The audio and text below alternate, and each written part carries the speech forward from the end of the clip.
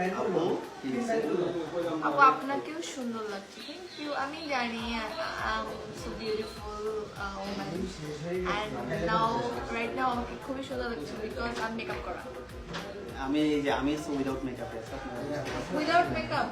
হ্যাঁ দেখ মেকআপ আছে ও আজকে সে মেকআপ নেই। আমি আসলে জন্মসূত্রে এমন শুনি, ঠিক আছে, এই জন্যই একটু মেয়েরা আমাকে বেশি পছন্দ করে, ঠিক আছে।